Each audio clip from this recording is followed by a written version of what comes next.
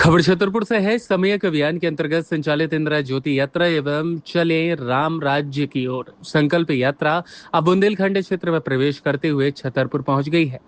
अभियान के प्रमुख लेखक एवं विचारक गुरुदेव भास्कर राव रोकड़े ने प्रेस वार्ता में बताया है कि इस यात्रा का उद्देश्य पूर्व प्रधानमंत्री इंदिरा गांधी के कार्यों, विचारों और क्रांतिकारी निर्णयों को जन जन तक पहुंचाना रहा है। इसके साथ ही कार्यकर्ताओं के द्वारा गर्मजोशी के साथ उनका छतरपुर शहर में आने पर जोरदार तरीके से फूलमाला पहना करके स्वागत किया गया। उसके बाद एक बैठक भी कांग्रेस कार्यालय में आयोजित की गई और तत्पश्चात प्रेस कॉन्फ्रेंस हुई। उन्होंने कहा कि 12 जुलाई 2024 को केंद्र सरकार द्वारा 25 जून को संविधान हत्या दिवस घोषित किए जाने के बाद इंदिरा गांधी के खिलाफ दुष्प्रचार शुरू हुआ है, जिसके जवाब में समयक अभियान देश भर में पत्रकार वार्ताओं और जनसंवाद कार्यक्रमों की शुरुआत की गई। इसी क्रम में 19 नवंबर 2024 को ग्वालियर में इंदिरा गांधी की 107वीं जयंती पर 4 वर्षीय इंदिरा ज्योति अभियान की शुरुआत की गई।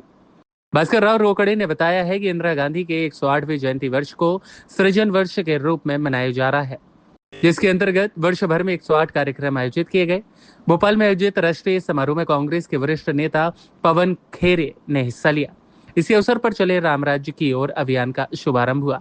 नई कृषि क्रांति लाने के लिए, समतामूलक सामाजिक व्यवस्था स्थापित करने के लिए और पूर्व राजा महाराजाओं के पास जो अकुत संपत्ति है उसको सरकारी करते हुए उसका उपयोग युवाओं को रोजगार के अवसर दिलाने के लिए। इसी बीच में भाजपा ने एक नई चाल चली और जो आपातकाल लागू किया गया था उसको 25 जून को संविधान हत्या दिवस घोषित कर दिया।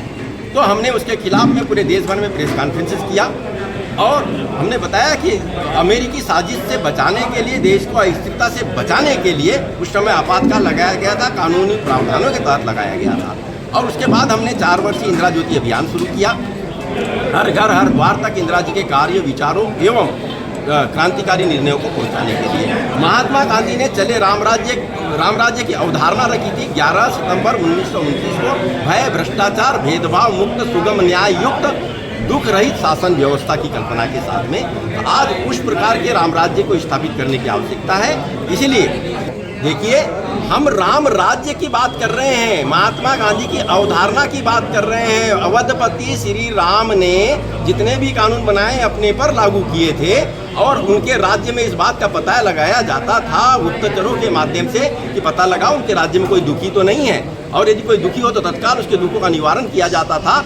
आज बड़ा उल्टा हो रहा है। आज ये पता लगाया जा रहा है गुप्तचरों के माध्यम से कि पता लगाओ उनके राज्य में कोई सुखी तो नहीं है, और यदि कोई सुखी हो तो उस पर सामत आ जाती है। या ऐसा राम राज्य नहीं है। आज भय का वातावरण है, भ्रष्टाचार का आलम है और भेदभाव तो चरम पर है। इसको राम राज्य नहीं कह सकते।